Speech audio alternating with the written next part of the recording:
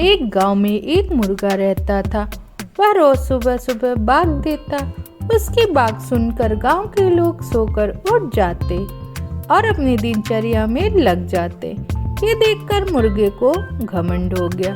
वह सोचने लगा कि उसकी बाग से ही पूरा गांव जागता है।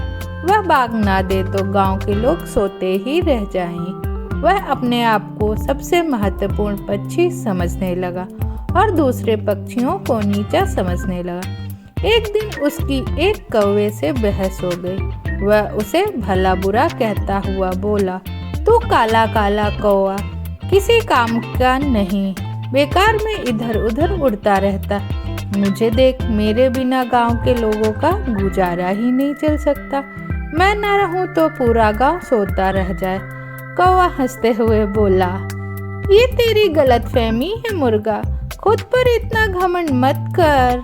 मुर्गा तैस में आ गया और बोला, कल मैं बाग नहीं दूंगा, तब देखना क्या होगा।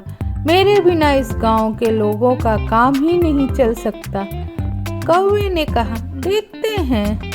अगली सुबह मुर्गे ने बाग नहीं दी। वह सोचकर बैठा था कि गांव में कोई भी नहीं उठ पाएगा। लेकिन कुछ ही देर में गांव के सारे लोग उठ गए और अपने अपने काम में लग गए।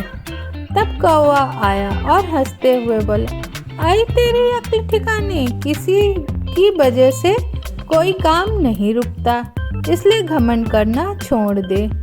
उस दिन से मुर्गे ने घमंड छोड़ दिया और अपना कर्तव्य समझकर बाग देने लगा। तो बच्चों, इस कहानी से हमें सीख मिलती है कि हमें कभी घमंड नहीं करना चाहिए और घमंडी का सिर हमेशा नीचे होता है।